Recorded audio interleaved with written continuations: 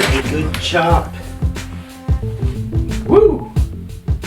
Well, Ric Flair. Wheeling dealing, kiss stealing, jet riding. Yeah. He Pulling down the flying. Son of a gun. Never want to pull down your fly when you're flying. Ric Flair. Yeah. So, ho. Yo, yo.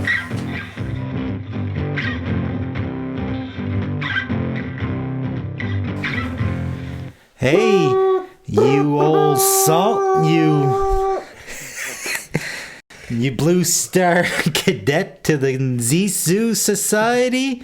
All aboard the Belafonte. Right. Christmas Day 2004, this baby come out. Only thing that rhymes with my son's name. Dante. Belafonte. Oh, really? Yeah. Christmas Day 2004. Yeah. Just on the cusp. It was a cusp movie. Yeah. Know all about the cusp. Born on the cusp of beauty myself.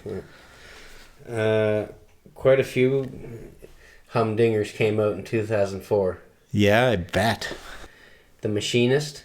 Oh, yeah. Adrian Brody. No, Christian Bale. Yeah. Super skinny. Different super skinny. Christian Bale shrunk himself down into Adrian Brody level. Mm-hmm. You're thinking. Heard he was sliding under doors by the end of it. Yeah, you're thinking of The Pianist. But there is... I often do. One shot in particular where, yeah, like, it is gross. Christian Bale's sunken down to a skeleton. Mm-hmm. And then, you know, I'm pretty sure it's like a year later he got all beefed up for Batman. Yeah.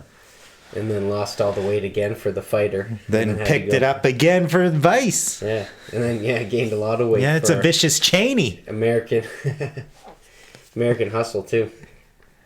Oh, yeah, he's right in the middle. Secret Window. 2004. 2004. Oh, yeah. I was bigging that one up a little bit. Yeah. We're talking about the corn ending. Man of Fire. Man on Fire. One of the two. Denzel Washington. Oh, yeah. Dakota Fanning. Oh, Christopher Walken. Oh, yeah. Love that film. Probably... I always said that was my favorite Denzel film. Yeah. Man of Fire. Jeez, big year for revenge films. Can't even get the name right. Euro Trip. Really? Probably one of my favorites out of that genre. I hit That up the American theater Pie quite genre. a bit. So I saw a few of these. Euro Trip to a Norobo. Also, Girl Next Door. Right? We spoke of such things. Yeah, we might see a Emil Hirsch on the cast here soon. Mm-hmm. Crash. Yeah. Remember seeing Where that for the everything first- intersects. Yeah. Oh, yeah. Paul Haggis, Yeah. former Scientologist. Watched that in English 12 for the first time. Oh, nice. One of those. Yeah. What an excellent lesson. It's a movie day. You know what you're doing at lunchtime for a movie day. Kids, I'm going to tell you what a coincidence is. Eternal Sunshine for the Spotless Mind. Right. I remember going to see that in theaters. And that was, we've talked about this before, Jim Carrey's one of his first dramatic roles. Yeah. And they did some real crazy, they took some liberties when filming that. There was even a scene where Jim Carrey was doing like a piece of dialogue or some action, and the camera was panning around, and he's changing his clothes and then hopping back in because it's like two different times. Oh. Yeah. Because he's looking into his past. He's pushing his limits, like that thing that you always see pop up from Kidding, the behind the scenes with the room changing. Yeah. Troy. With Brad Pitt. Yeah. Ray. With Jamie Foxx. A lot of method acting this year. Napoleon Dynamite. John Heder. What's he up to? Not sure. Did you ever watch the Napoleon Dynamite cartoon? Has like 6 episodes. I might have seen it, but I never got into it. But I remember when that movie came out. It was a biggie. You know, the next day, you had the action figure on the string. Voting for Pedro. Yeah. And The Lady Killers. You ever watch that one? I love The Lady Killers, Yeah. actually. Yeah. Tom Hanks great in that. Yeah. Digging a hole. Yeah, I love that film. I actually think... Oh, it's not up there. I think I got it, man. It should be. I'm buying it. Amazon, here we go. Is it just me, or are you glad to be back in Studio B? The other one was pretty spooky. It got pretty weird up on South Mountain. I didn't know Studio A was so far. Yeah, I didn't know we were staying 5 minutes away. I mean, it looked like a bargain on Airbnb. And, yeah, it's around the old sunken lake. Yeah, that was a trip that we actually went, almost like ghost hunting.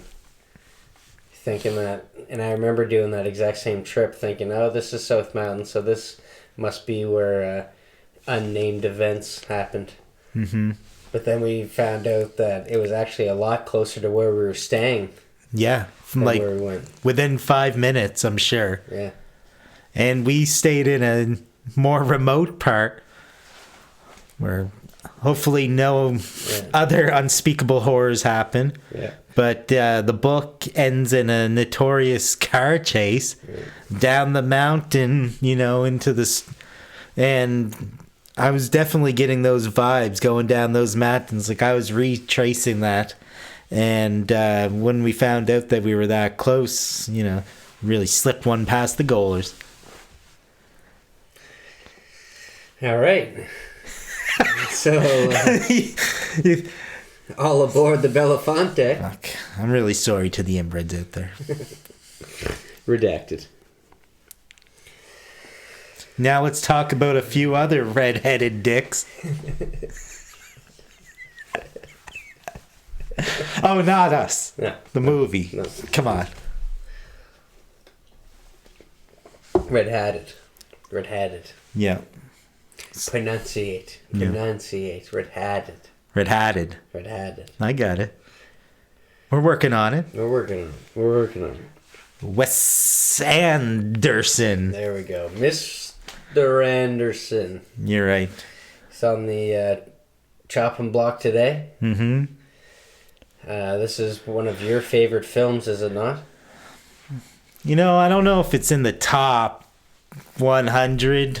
Maybe top 100. Let's give it top 100. Okay. And I'm going to say, after Probably skimming better. back through it again, in some of the threads that I tried to tie to it, there is definitely some potential there. We'll slide into 100 just behind The Shining for conspiracy theories. Oh, wow. And that's pretty good. I don't even think IMDb probably has it on its top 100. Mm-hmm. As far as Wes Anderson films that you've seen, do you find it ranks sort of high in it now? I do. I definitely do. I'm a huge Royal Tenenbaum fan. And this guy started around midway through his career. I know. I still haven't gone back to Bottle Rocket. Or I've seen Rushmore. Yeah. But that didn't hit home with me like Royal Tenenbaums did. And I would say that's in my top 20. Mm-hmm. He really goes adventure on this one. Well, that's what I like, because he was always so good at the sets. Or so, even with Royal Tenenbaums, I loved how he built the whole house. And, so much into the set design. Even the rooms being very to each character. Yeah, very so customized. And so many subtleties. But really something that I've watched Royal Tenenbaums just to focus on the backgrounds because I've seen it so many times. Yeah. And it was nice to see Life Aquatic because it was on such a grander scale. Mm-hmm. And Darjeeling Limited was kind of sprawling as well. Yeah. As far as, how far they take them, it's like a train all across. And a few of his more recent ones have kind of gone back to that real contained everything that happens under this roof kind of thing. Yeah. Yeah, to talk about other Wes Anderson films quickly. I think we talked about this before, but I wasn't a huge fan of Budapest. Right. But since then, Fresh Dispatch. I'm still fucked up from over the weekend. French Dispatch, I thought was really well done. Mm-hmm. And I liked how it was all the short stories tied in together. Yeah, it was a fun one. Yeah. Did you do something between Budapest and French Dispatch? There was a fantastic fox that slyly moved his way around his filmography. Sure. I always wanted to see that, actually. Yeah, I haven't seen it either. Life Aquatic, written by Wes Anderson and another chap, Noah Boombastic. Yeah, that's what Ted Kaczynski asked who for. also worked on Fox the Fantastic. Is that what it was called? Something like that. I didn't see it. And I'm dyslexic. Yeah, well, hopefully no one dislikes it. But he also wrote or adapted White Noise to show a little bit of his recent endeavors. Michael Keaton White Noise? No, Adam Driver White Noise. Oh, a White Noise of Heaven. The one that Wes wants to do an episode of Tired Masterminds on. Oh, well, you gotta get his name on the wheel. Not Anderson. Not Wes Anderson. Oh, but he's named after him. Yeah. It was really interesting as well, because Royal Tenenbaums he made look like a novel. Like it was... he made it seem like Royal Tenenbaums was adapted from a novel when it wasn't. Yeah. And even on the cover of the Criterion Collection version I have, There's a lot it's of all that. these little doodles, as if it was like kind of based on a Roald Dahl book, like a Charlie and the Chocolate Factory has that kind of vibe. Right, yeah. And you see a bit of that illustration throughout. Yeah, kind of a golden age of literature. Yeah. So it's cool that he uses these different forms of media to like as a device for his films, because Life Aquatic kind of is documentary based. Yeah. So some of the scenes, once you see enough of that documentary style interweaved in there, you know, you kind of watch the scenes with the same eye that you would watch a documentary, which I found very interesting. Yeah, can be very immersive. Yeah, a couple familiar faces. In this one? Yeah, from Royal Tenenbaums alone. One of the brothers, Luke didn't make the cut. No.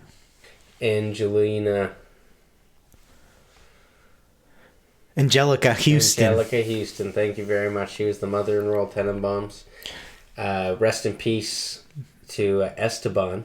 Yeah. He played the elevator guy in Royal Tenenbaums. Yeah, and actually, I just wanted to compliment Wes Anderson on how economically he managed to introduce some of these characters that we'll talk about. Yeah. Yeah, so sorry, you were on Esteban, who was... just a couple familiar faces. Oh, familiar faces, yes, of course. But then, you know, there was a couple familiar faces for me that were outside of Wes Anderson, which was neat.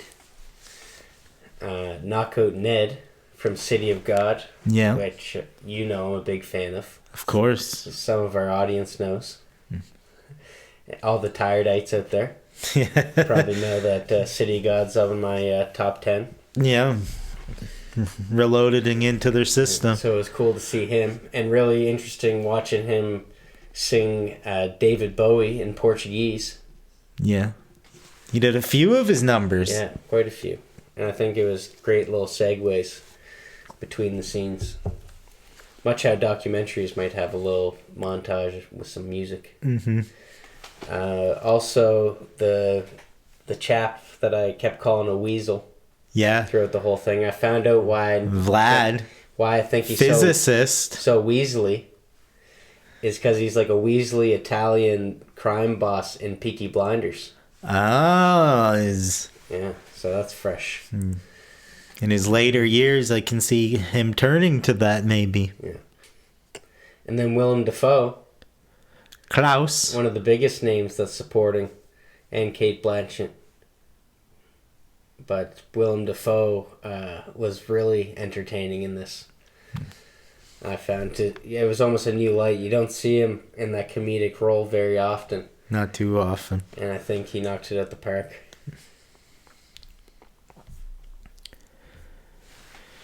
I also love, especially, he had a lot of depth in the character.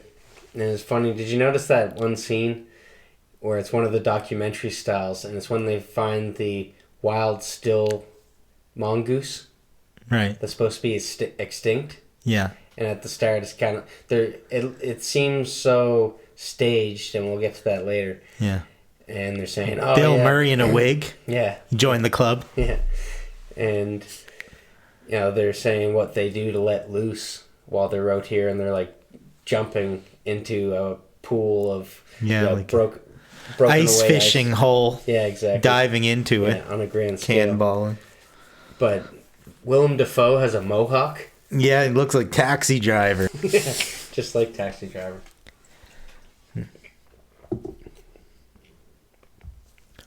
Thought I just saw a drip of coffee fall like a junior mint.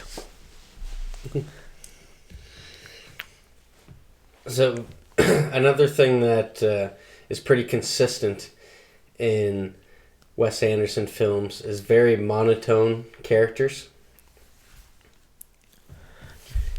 Like a lot of deadpan machine comedy, as Jack Ruby would call it.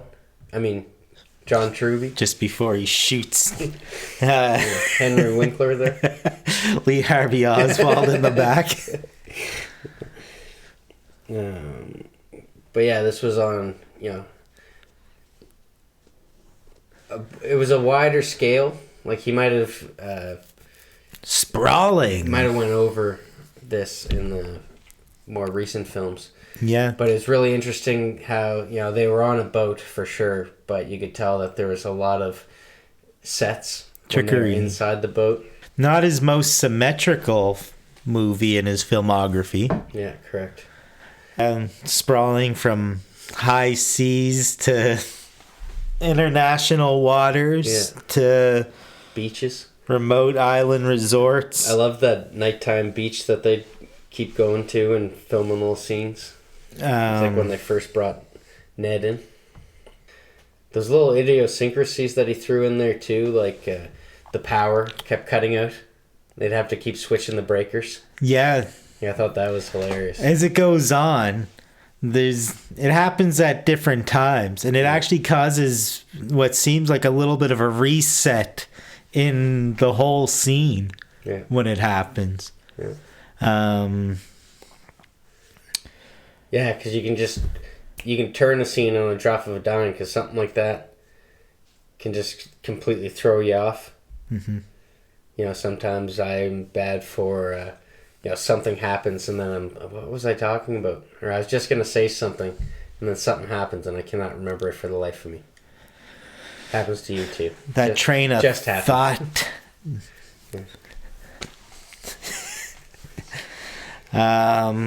So yeah, super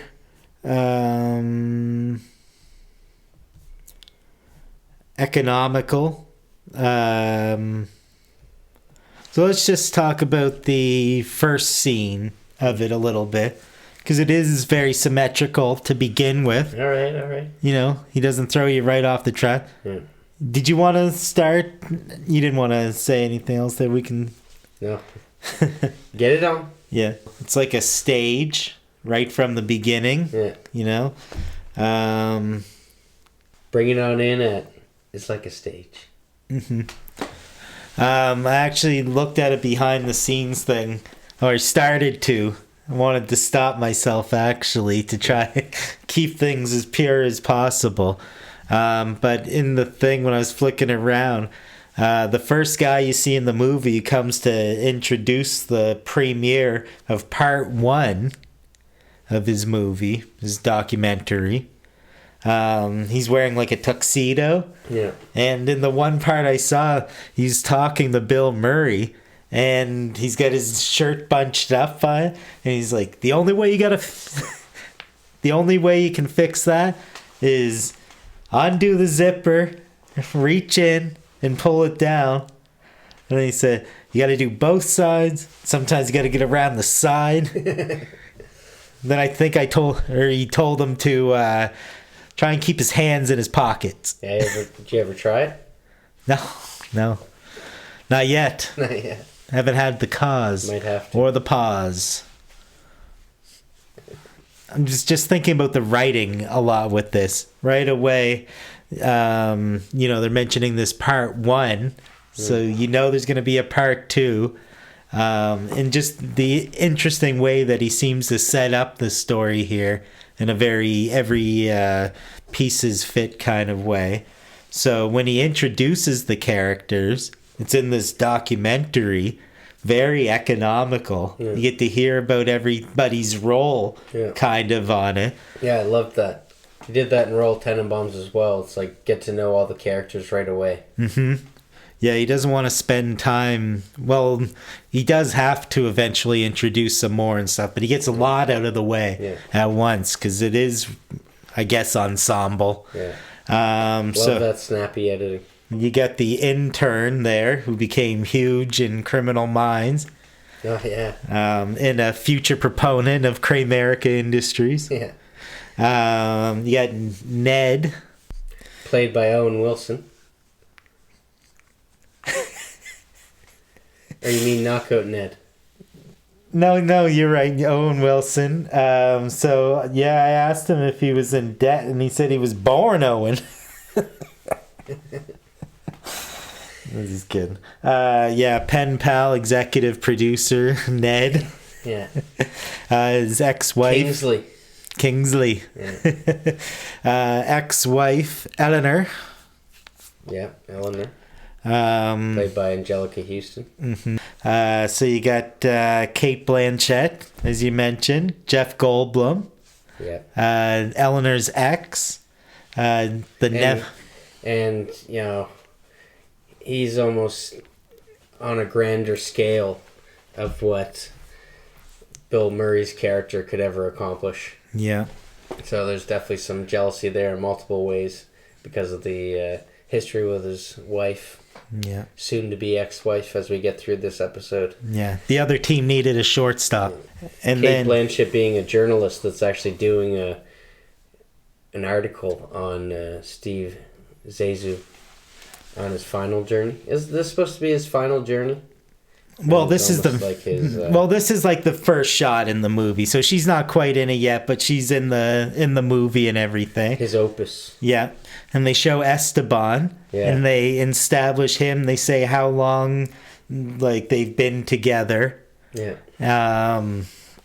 Audio engineer, your favorite, Vlad. The Weasel. Yeah. Physicist and score composer. Yeah.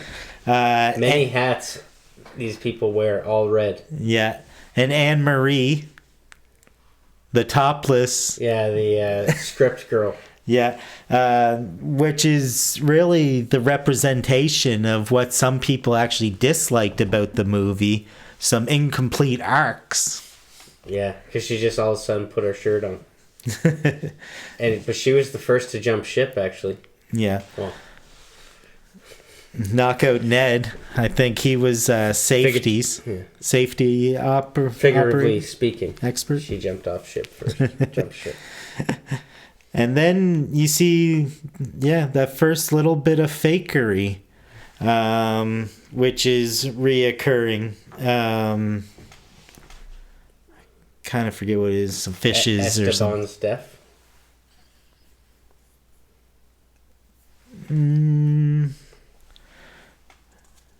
Yeah, kind of something in there.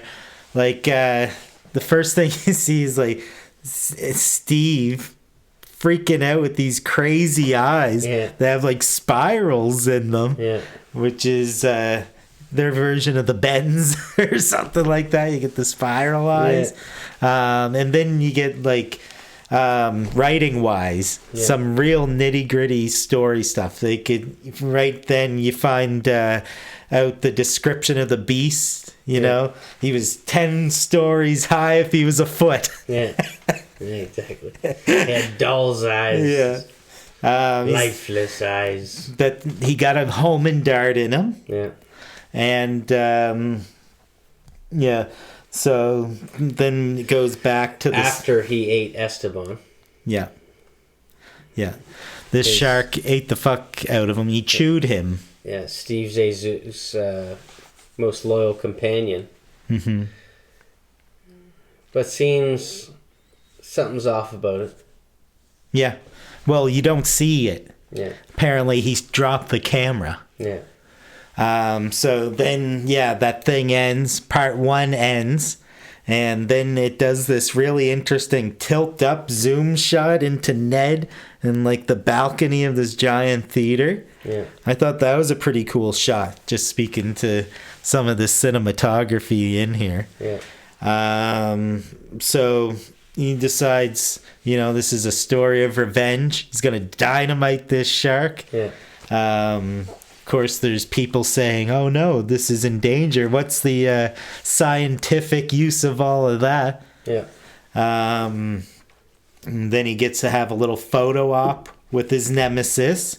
So you can get introduced to Goldblum. So he's there and he's hitting on Eleanor. Yeah. And immediately, Zissou's going down. And in complete contrast is meeting up with this other girl who says, like, don't touch me. I want to say hi, but don't touch me. Yeah. And just the way he economically kind of sows the seeds of this, I don't know if you call it an open relationship, but it's definitely like they're cheating back and forth and doing whack shit on each other there. Yeah. Love triangle for sure.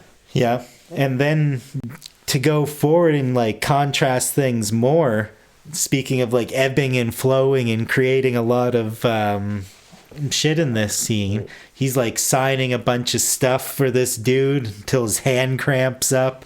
And then he goes down and there's one of the chosen people who's yelling at him, why aren't you sitting Shiva? And who's gonna die in part 2? Yeah. Giving him the real shit. Yeah, exactly. Calling him out on his shit. Mm-hmm.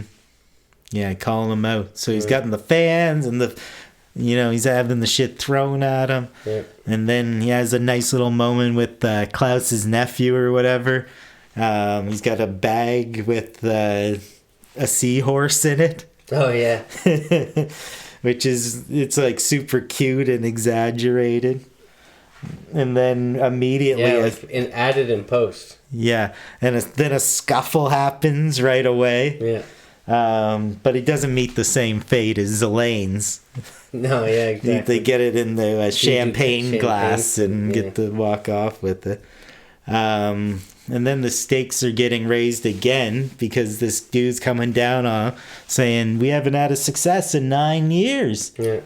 And so he's like laying out his plan, like, which is funny in a movie. He's like, I'm going to get drunk and in 10 days we'll get started. Yeah. But yeah, then he meets up with Ned. Yeah, claims to be his son. Yeah. Does he brings it up right away. Oh, yeah. He knows it, like, almost from the point where he's, like, up in the balcony, he can feel something's a little bit weird.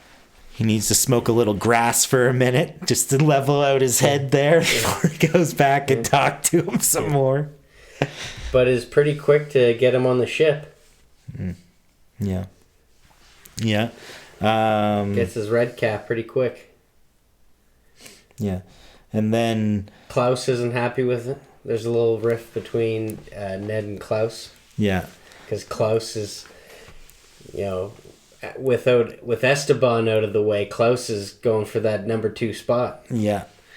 Heavy duty slapping. Doesn't want some punk kid coming into the main man's life. Yeah. Pushing him away. Yeah.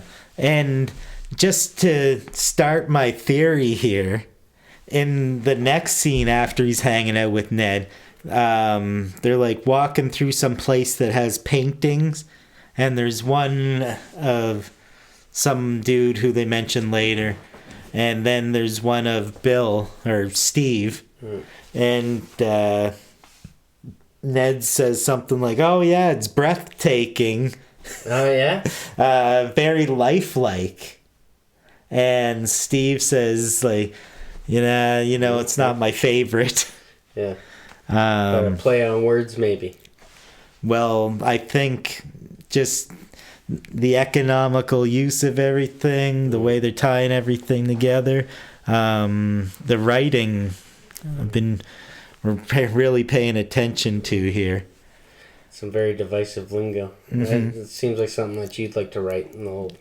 Well, there's so much back and like highs and lows back to back in this movie. Yeah. Like right after that, they're like at a restaurant or something, and he's patronizing Ned super hard.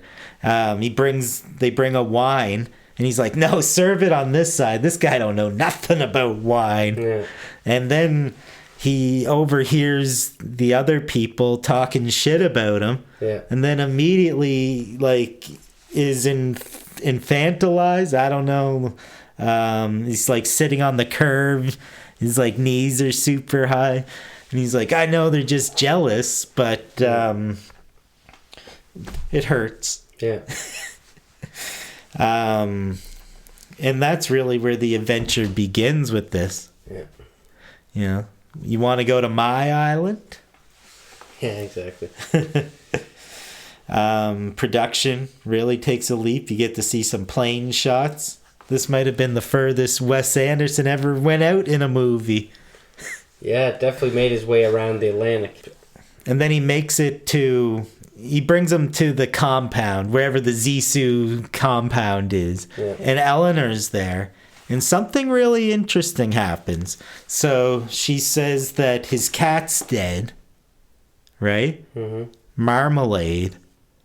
And then she goes in the gory details that a snake bit its neck and killed it, right?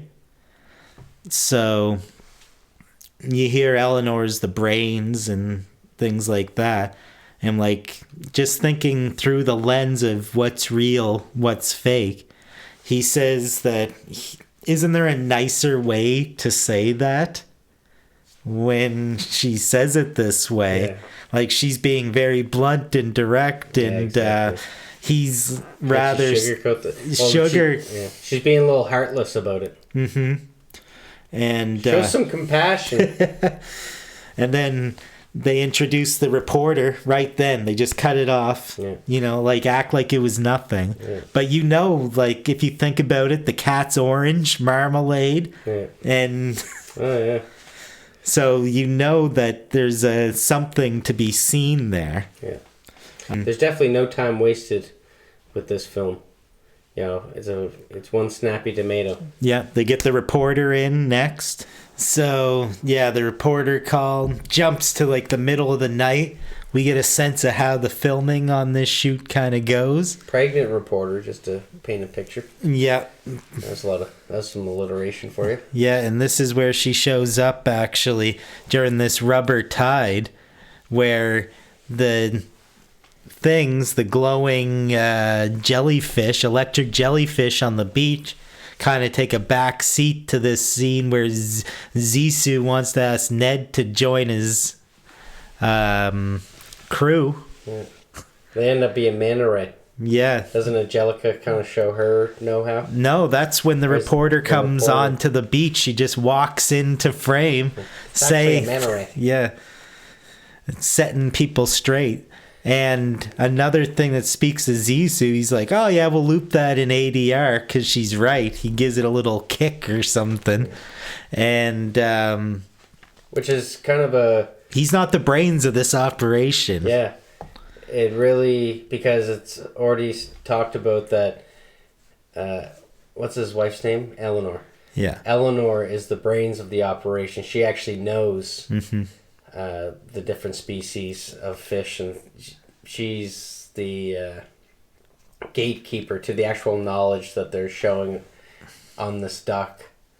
Mm-hmm. But it really shows that Steve Zissou may not know as much, or might really not be the person that he's projected to be. Yeah. And then Claus gets on the shit list. First off, he cuts the camera early on the whole scene, and then he doesn't go pick the reporter up. So he drops the ball twice in 2 sentences. And then, in contrast to that, right after, he tells Claus not to pick her up. It's his. He likes the reporter a little bit. Yeah, he claims her as his own. An interesting thing happens right after that, where Ned goes and sees her reading to her baby out loud. And he's got this one line in the scene where she says, "Do you want me to start over?" And he says no, I think I'll be able to pick it up. Yeah. And she, in that scene, is the one who seems like she should be getting the information. Okay. Yeah. Because she should be the one being caught up on everything that's going on. Because she's just joining the story. So I just thought that was a little bit of an interesting role reversal. What the hell?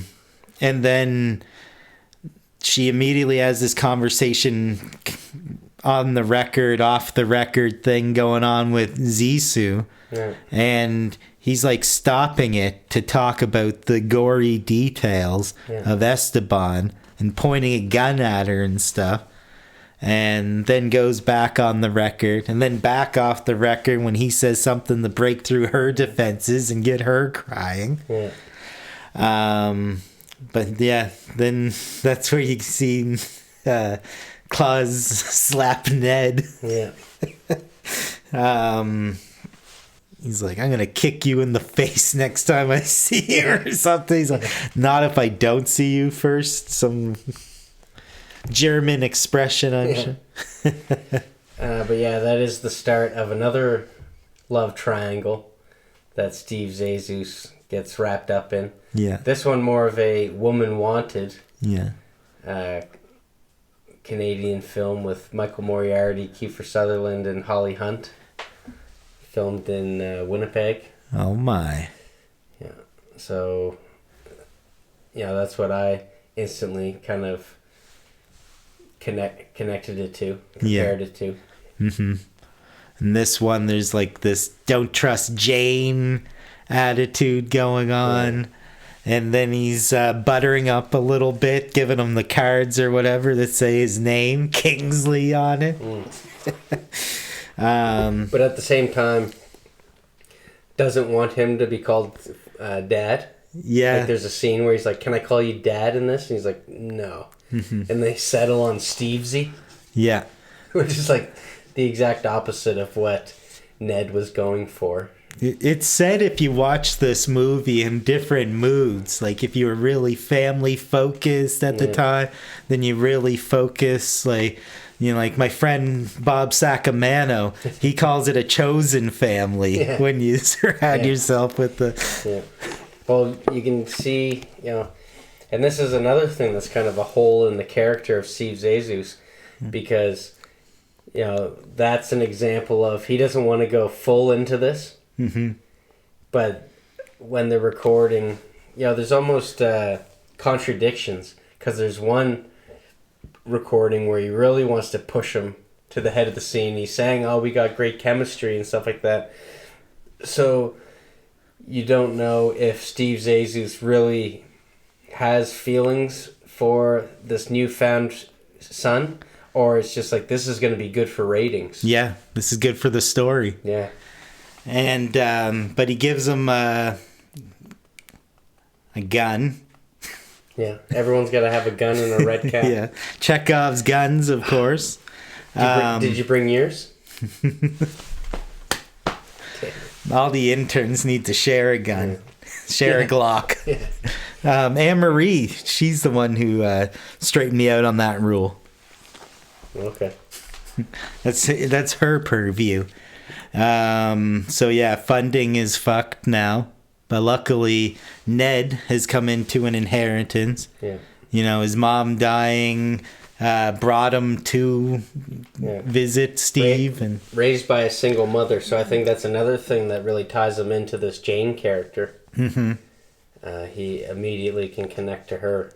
And he's a pilot, and was a pilot. It's on hiatus, and now he's an executive producer. Can drive a helicopter. Yeah, they go to the Choppa, right? It's like a little submarine in the sky. It's a real cutie. Yeah, it's funny. And then, like... I wish that was named after another ex-wife. Or like the Jacqueline? It should have been called the Eleanor, and then he had to change the name. I think he's still married to Eleanor, in it. They're just like in a weird place. But it would have been funny to double up on that gag with the submarine. How it was named after his ex-wife, Jacqueline. Yeah. That's the Deep Search. Yeah, you got it. And he actually has the tattoo. That's Jacqueline crossed out, Deep Search. Yeah. Yeah, that was classic. But then the bank will only give the money if there's a piss test. Oh. Weed not legal in 2004. Yeah, hope there's no poppy seeds in there. Zing. Yeah, and then they need the Bond Company stooge, right? Yeah. As a chaperone. I love that guy. Never seen a Bond Company stooge stick his neck out like that. Yeah. Like Miss Rhode Island there. What a character face. Yeah, he's super lovable. Yeah. And they're doing that thing in the elevator. He's like, I'm a human too. Yeah. And they got to do like the, they're like, you're going to fuck us all up. Why would I do that? Yeah. He ends up saving the day. Mm-hmm. Saving little Nettie boy. Yeah. So everything's looking good. We got a montage, a giant one of preparations. Yeah. Everyone's doing the shit. Till Ned drowns and needs a little bit of a hello kiss. Oh, man. Yeah. Ned never stood a chance. I'm just going to say that now. He's a goggles in the hot tub kind of fella. Yeah. But that was a perfect example of some of these slap cuts. Where, you see him, he's got the scuba deer... Scuba deer! Scuba deer! Not to be confused with the reloaded ears. Yeah. What are those? You mean tire dikes? So he has the scuba gear on, and then he goes into the water, and then slap cut to him on his back getting CPR. Yeah. And there was another slap cut with the Bond Company stooge, where he's kind of sticking up to the Filipino hijackers, which we call pirates. Yeah, speaking in Portuguese to them.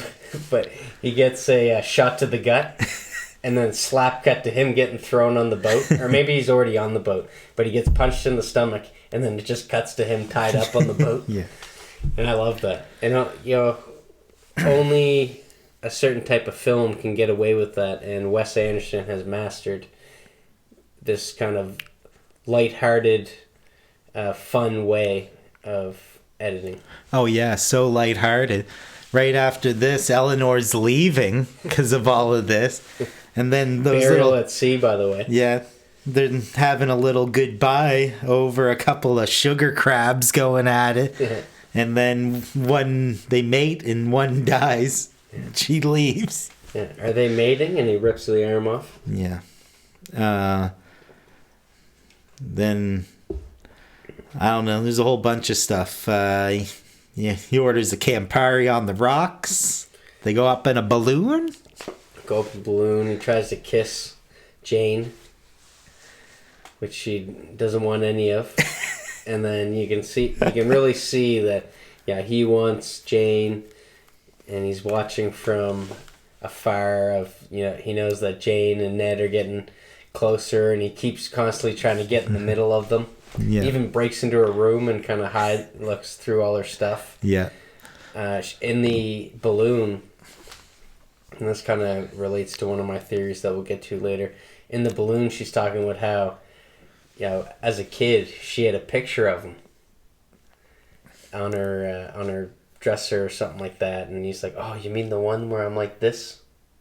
She's like, "Yeah, that's the one." Yeah. And classic. But then, in contrast of that, when he breaks into her little cubby and starts reading her notes, it's talking about how, you shouldn't meet your heroes. Yeah. Yeah, and she's regretting doing this. No doubt. She sees him in such a different light now. Yeah. And that's pretty early on before shit gets real crazy. You're right. He breaks into everything. He's breaking into... And he's got a crowbar. Yeah, that's right. And then they break into Alistair Hennessy's boat. Oh, yeah. Or was it a boat or like a buoy or like a water station? Water station. And... he's trying to play it off to Ned like he's allowed to be there. Oh, they put the alarm on. Yeah. It's like a super specific message from Jeff Goldblum. Yeah, exactly. You are trespassing. Yeah. But it gives them a chance to check on their homing dart. Yeah. And pick up an espresso machine. Yeah. Well, the intern just dropped the tracking system down the stairs. Oh, you better get their second one then. You better get the replacement one too then. Yeah, Operation Hennessy is out there doing something. Yeah, and it's really funny when Hennessy comes after them. And he's like, interns, put a towel over anything that says Hennessy Group or whatever. And that's when they're doing the burial at sea. And, they got the body on port side where Hennessy's ship is. Yeah. And he's like, so what do we do with the body? He's like, I'll just throw him over the other side.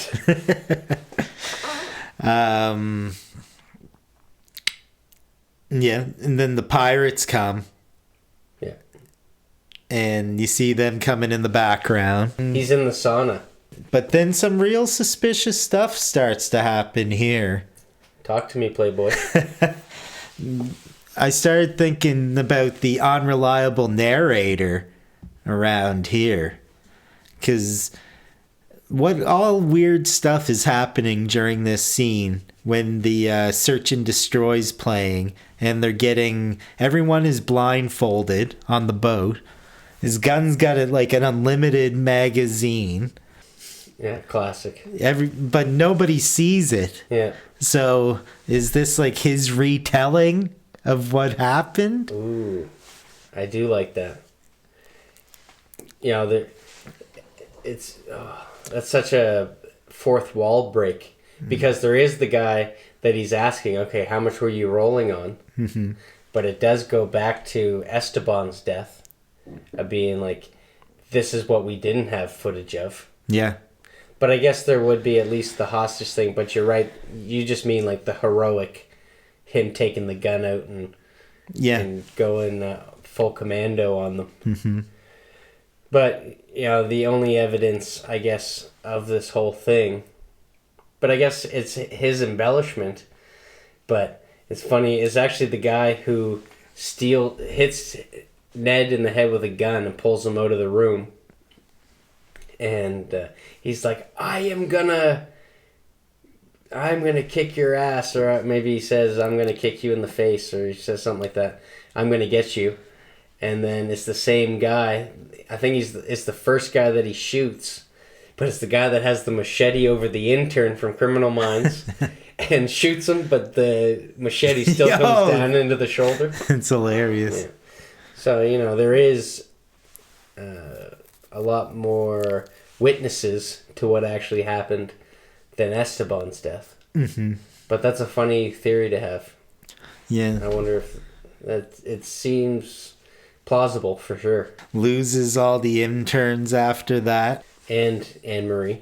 And Anne-Marie. And that's a great scene with Willem Dafoe, where he puts the line down. He goes, everyone that doesn't want to be with me anymore, cross this line. And it's just Willem Dafoe. And he's like, what are you doing? Like, you can't believe that Claus of all people is going to leave. Oh, yeah. He goes, wait, what are we doing?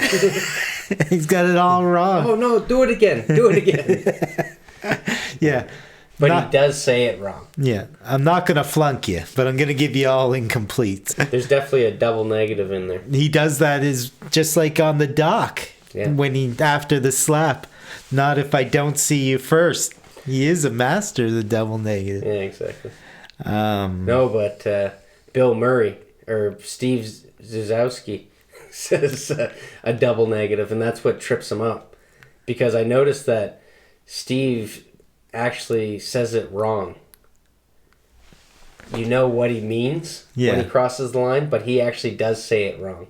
So that's why no one moves except for Willem Dafoe. Interesting. But he's like, no, that's not what I meant. That's not what I wanted to happen, you know what I mean? But the Weird. way that he said it, everyone else was like up in the air about if they want to stay or not, so that's why they didn't move. Interesting. Yeah. I didn't catch that, but it is a super funny moment. Does it make it feel more improv? I wouldn't be surprised if The loosest bit in the whole movie? the caliber of actors that Wes Anderson fucks with, F-A-U-X. I wouldn't be It's faux. surprised if he gives them a little bit of leeway with some scenes and some dialogue. You know, Bill Murray's a star with his improv back in his Caddyshack days, and I'm pretty sure there actually is a thing about Groundhog Day too, where he did a couple improv scenes. Oh, yeah. You should have saw the way he worked out with the Ghost of Christmas Future. And Scrooge. He was also in Rushmore, was he not? Yeah, he was the... Principal or something. he was also going after the lady. The young guy was as well. Yeah. Sleazebag. Speaking of the sleazebag, he goes to visit Eleanor, and there's a shirtless paramour there just walking around her place. Yeah, young Fabio. Yeah. They go out Luscious Locks, Jungle Boy. sipping a little grass out on the balcony. Tarzan. Beautiful spot. Great spot. No wonder there's nowhere to rent in Tuscany. Yeah. Zing! Damn, I'm going to start doing some little kicks here in a second. Yeah. Ned and Jane sleeping together. Yeah. He's trying to get money from his soon-to-be ex-wife, is he not? Well, he's always fishing for a little bit extra scratch. Yeah. Some scratch. Got to finish the voyage. Oh, yeah, and Eleanor goes back on. Oh, he must have convinced her to come back in that spot. Yeah. Because she goes back on, and then she gets to have a heart-to-heart with Jane, where she's like, the curious thing about Ned This is interesting. is that Steve shoots blanks. Yeah. Like the gun. Like the fake damn... Spends too much time underwater, she says. Yeah. But it's really interesting that, there's a lot of buggery going on here.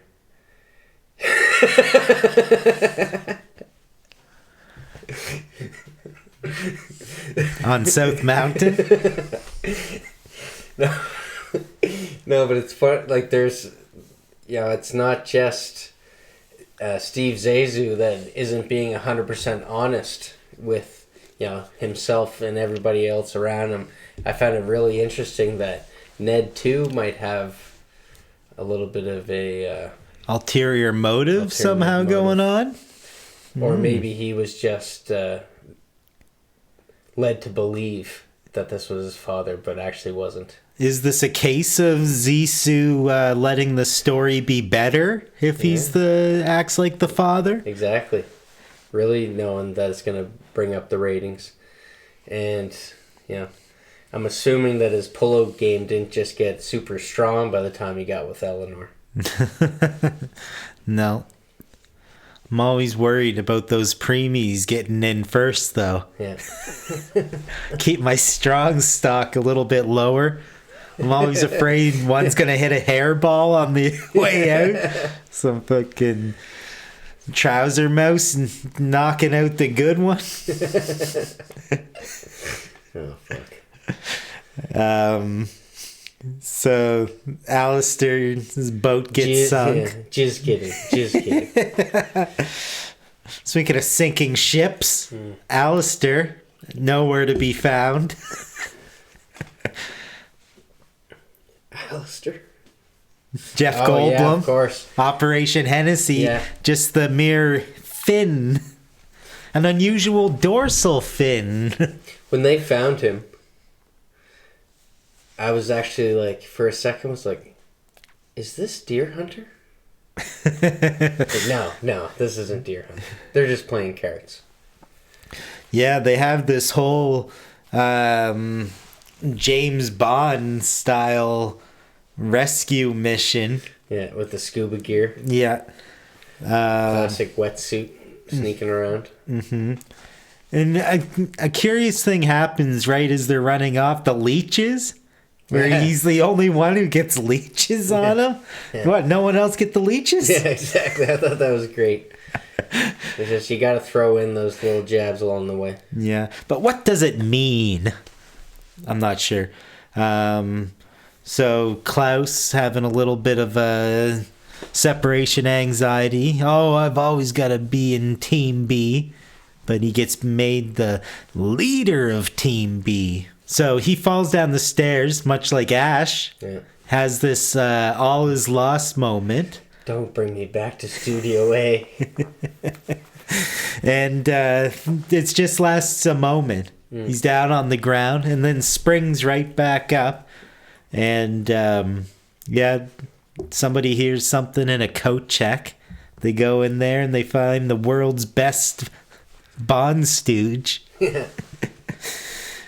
Oh, one other thing I did want to mention there is because I was focusing so much on that thing with the snake and getting bit on the neck, and the only other time where I really remember him getting graphic is off the record with the journalist. Yeah.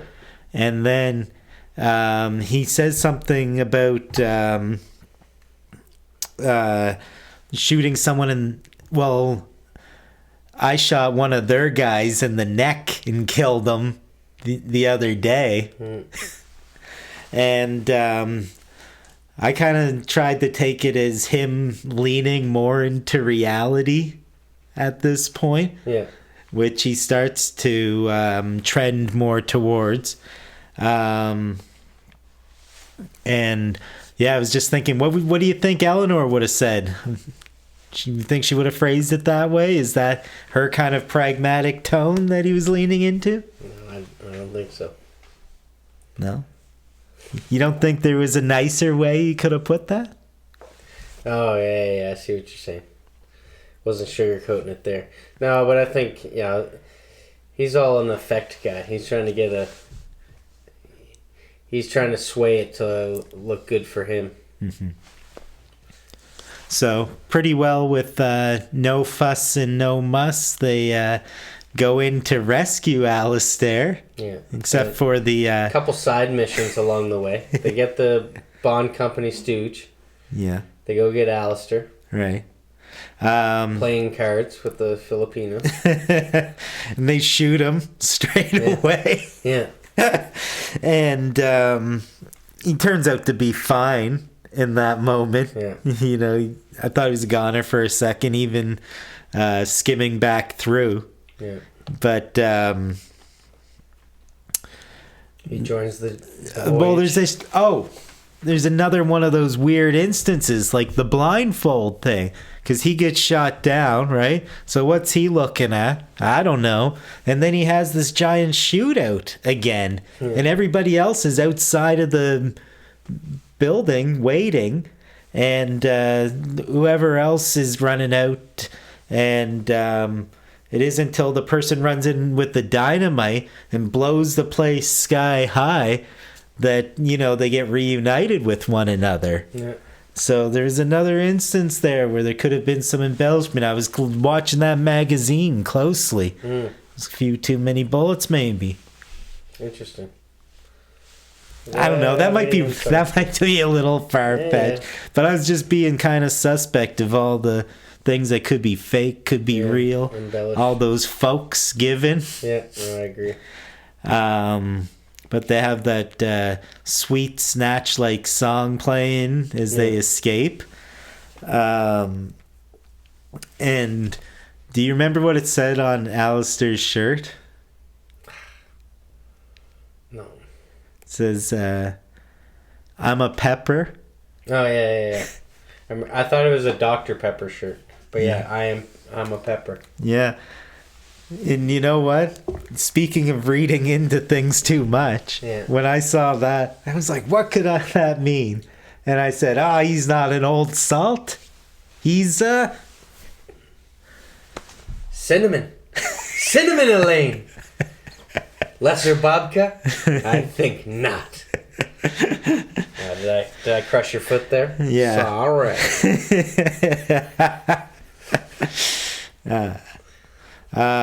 So yeah, but then they have this other shootout that everyone can see, shooting holes all through my theories. Klaus takes hold of Team A. Team A. Oh yeah, there's that weird moment. I'm gonna read into things in a triplicate here. Where he goes down, he's with the company stooge, and there's a little kid, and he almost shoots the little kid. And just like Frankenstein, no, he's a friend. Yeah. The stooge. But, yeah, just the two of them have this weird little moment. Nothing before it, nothing after. Do you think it was all just for that one little line? Yeah, it's interesting. It's a heavy moment. You know, it's kind of like... almost kills a kid. Shutter Island is a great example of you watch a movie and you think of it kind of clean cut, but then you hear the reverse theory and you watch it again. Mm-hmm. So this is something that I'm going to have to watch Life Aquatic again and look through Adam's rosy glasses here. And... yeah, definitely see if I think that these devices actually were elaborations or exaggerations. Yeah. Fact, fiction. Doc, drama. Yeah. James Bondy. Eleanor gives the most James Bond wave ever. Is it when James she pulls or Austin? James or Austin? Huh? Is Best hockey player? Is it a James Bond film or like a Austin Powers film? Austin Powersy, I guess. Might tip the scale slightly. You know, it's a 60-40 maybe. Yeah. Also came off a beach in a wetsuit. Yeah. With Foxy Cleopatra. Fuck, they're all ripping off. I can't believe I'm going to go see Beyonce again. Want me to cut this part out? Oh, When you get scalped. You see how I did that? Interweaved Austin Powers. Beyonce, James Bond. Yeah. Back to Life Aquatic. Shit. Real foxy. All right, we're going to take a quick commercial break.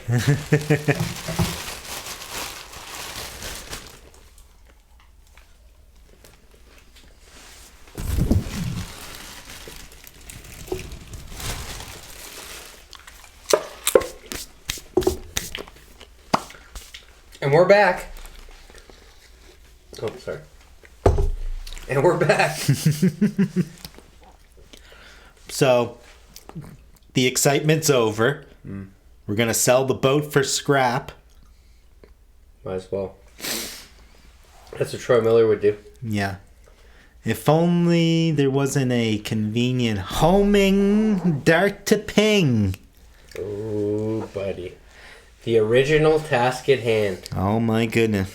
They're all 75 characters. Yeah. Are put into the Jasmine. Yeah. I mean the Jacqueline. I mean the Deep Search. No, not quite yet. This is where Making a fuck out of me? Zissou wants to go check it out from the chopper first. Oh my fuck, how could I forget this? Yeah, he's all ready to retire. Ned says, you know what, you gotta finish things up. I'll take you up in the chopper, we'll scope things out, and then we'll see what's going on. Might as well. And I knew I was right. Yeah. It should have been called the Jasmine, the helicopter there. Yeah. You ever wish you could breathe underwater? All the time. I'd rather leap tall buildings. Yeah, I was just watching something where a kid's fun fact was about sharks and that if they keep moving, water can't get in their gills. Oh, well. So they have to keep moving. Well, that's something we can all think about when we go swimming. What was the last thing I watched? Oh, people I hate. The people that you hate at weddings. But we're getting off topic. Yeah. Well, I was bringing up Ned's letter. That's what he asks him in, like, the PS. Yes, exactly. Right before, Something pops up there. yeah, he gives him the little short stop. Yeah. Hey, stop short. Stop short. Stole my move. Yeah, little pinch at the end. Is that a knuckle? So, yeah, Ned, mortally injured. Counterclockwise swirl. Much like Esteban. Got in the fucking chops. Yeah. Chop, chop, dig, dig. Oh, wait. Simpsons. What are you doing here? Yeah, so then there is a interesting shot of symmetry when there's the dinghy, and then you have Ned dying, much like Esteban or whatever. I guess Esteban doesn't float to the water. That's Steve in that with his crazy eyes. Yeah. Did you notice the swirl on his eyes? Oh, yeah.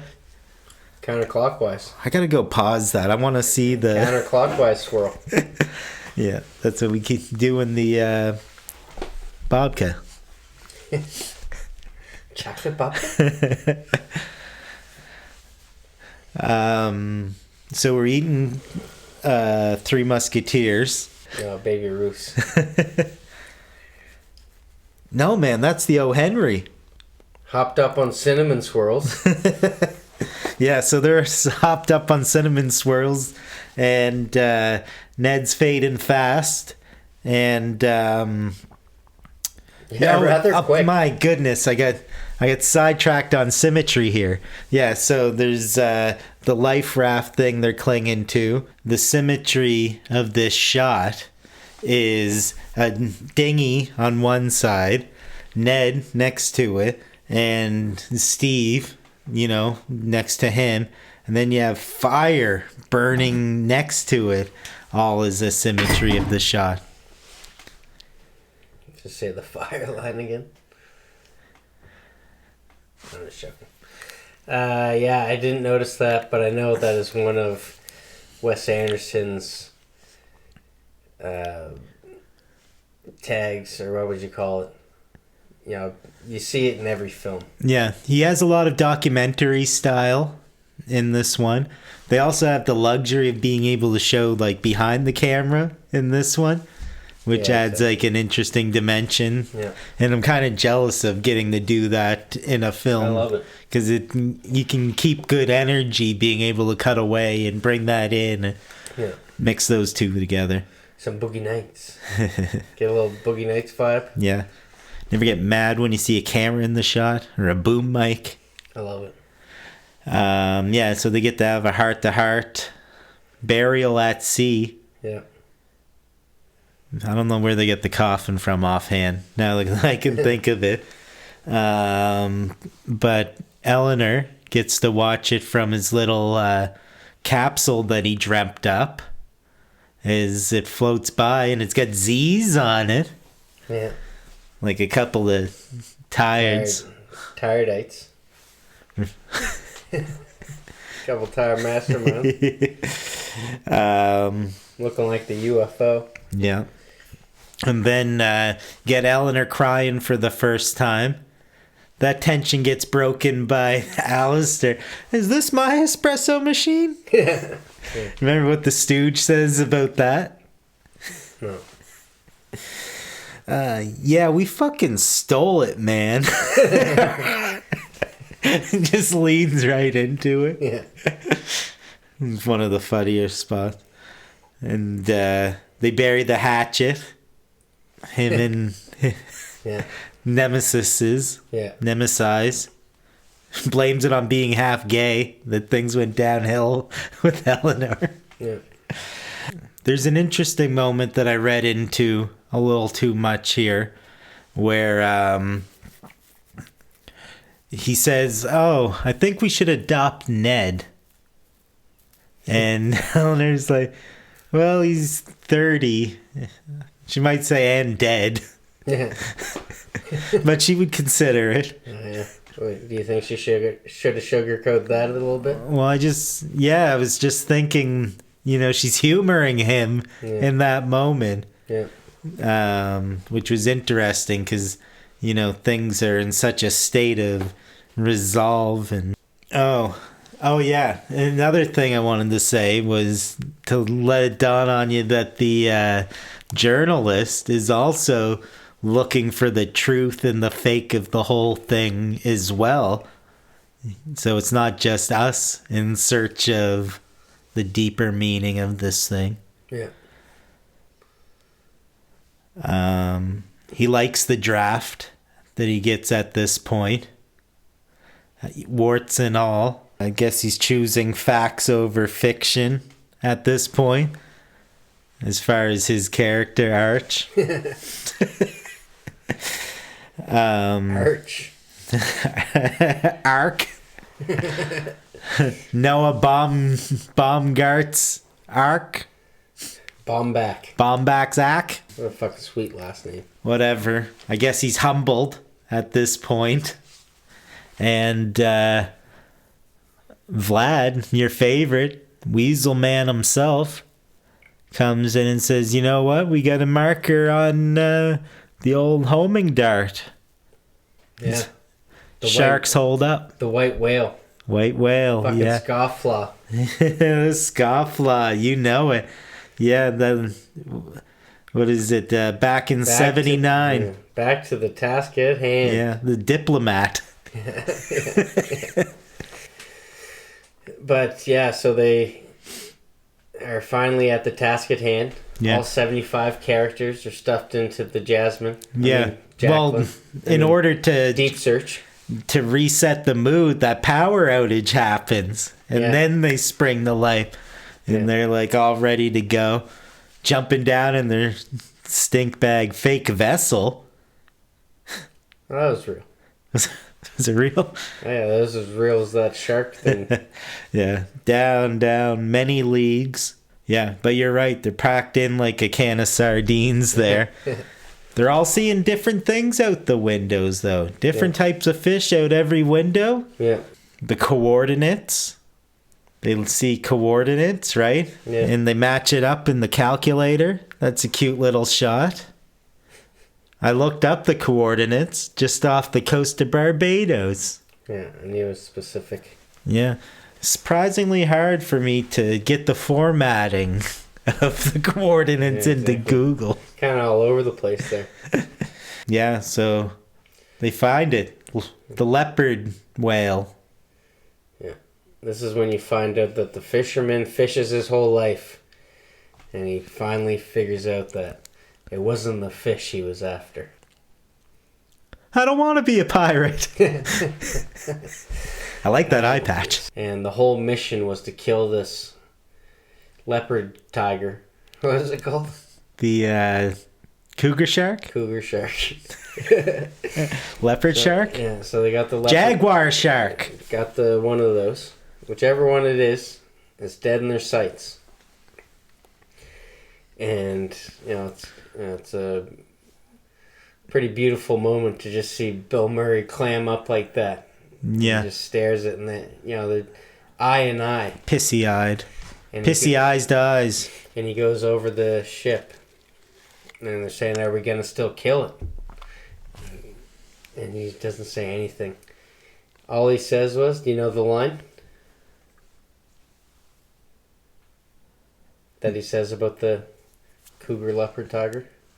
He says, nah, I don't know. I was thinking about like how they all see the thing and they think it's beautiful.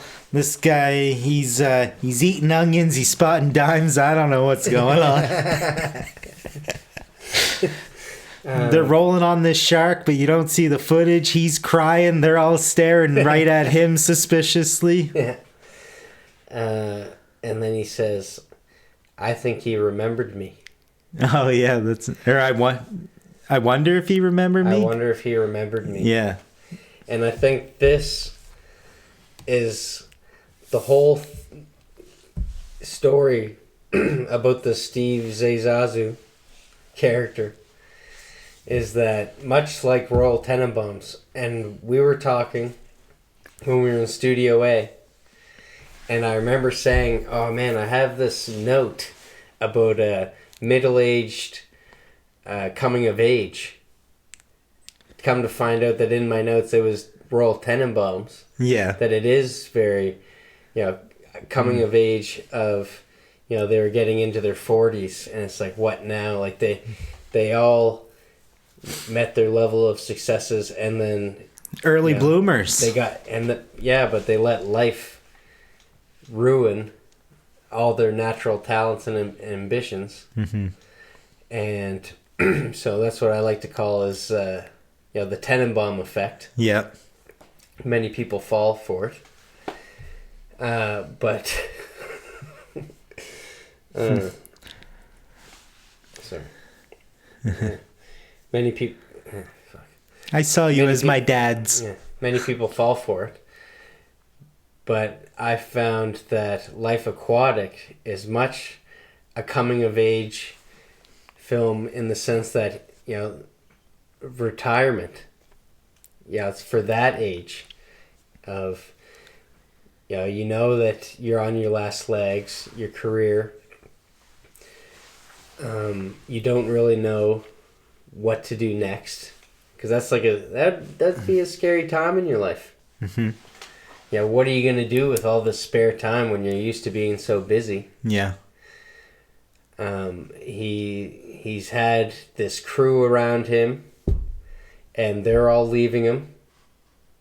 He was basically, imagine if you found out that Dave Suzuki was a sham. You know what I mean? I'd never find that out. That's what's happening here, is that everyone knew who this Steve. I'm saying this guy's name so many times. Butchering it. That I'm starting to fuck it up more and more. But Steve Z is what I'll call him here at the very end. Steve Z's fan base is dwindling. His own crew's turning on him. Basically his whole legacy that he's worked towards is in shambles. And maybe that's why he gravitated to this Ned character a little bit. Because he's, maybe this guy's, the savior of my legacy. I could really make something of this through the camera lens and through this documentary and kind of save my character. Oh, very greedy. Yeah. But then, I think he was a greedy dude, you know what I mean? Yeah. I don't even know if... They both know something. There was... Ned and him. He was pretty flat, you know what I mean? He didn't really have that much of a turnaround in character up until he saw this leopard tiger cougar fish. Yeah. Cougar melon camp. Gave him a moment of pause. Yeah.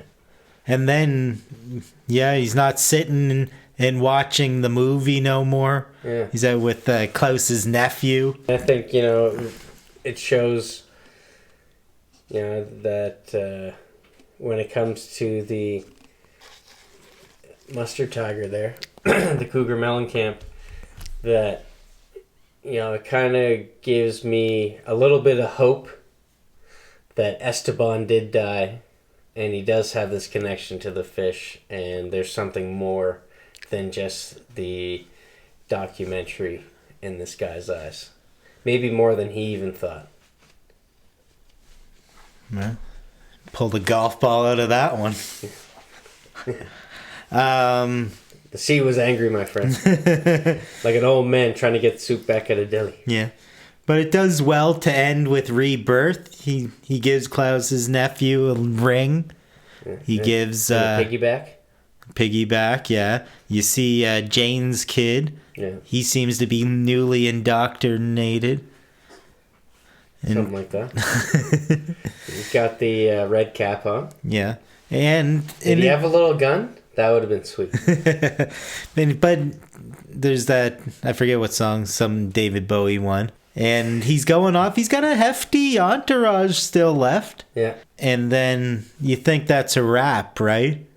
But there's one last thing. You see the dude from City of God in Portuguese playing Queen Bitch. Mm-hmm. And it looks like it's in front of like a giant painting. Right? Yeah. You remember that? Paint the picture. It's old-timey Renaissance. There's and that's actually a curtain that hangs in this theater in Naples. Yeah. And so like right up until the last second, I think even like that curtain call is a little bit misleading. Yeah. We really untied the laces on Life Aquatic. We're looking into the soul. Yeah. You know, Jimmy really likes it. Oh, Jimmy loves it. Don't touch Jimmy. You know what Ping would have called the cougar shark? Oh, fuck. A shark. Yeah. In the ocean, they call it the Terminator. Oh, you can't quote Seinfeld anymore. No. Is that going to get redacted? Problematic. Oh, shit. Find a different way to end it. And quick. Yeah. Economically, like Wes Anderson would implement it into a film. Yeah, maybe we should just get the Marv Griffin set. I wish. All you gotta do is find it in a dumpster. I'm gonna find you in a dumpster. You don't think these hands have been washed in ivory? Yeah. It always confused me that he said ivory. Yeah, name drop on a specific brand. It'd be crimson. No, he means the dish soap. He's needed to clean blood off. Well, that's stupid. Yeah, all right. Pretty damn stupid. Yeah. Most things in LA are. LAR? LAX. Cali? Whoa. Yeah. All right, we'll see what's next. No, that's perfect, man.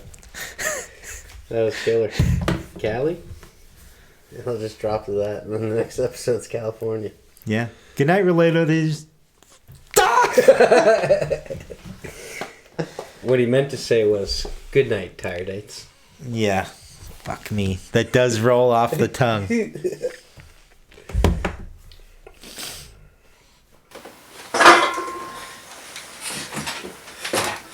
You like tying it in the Cali at the end? What? You like tying it in the Cali?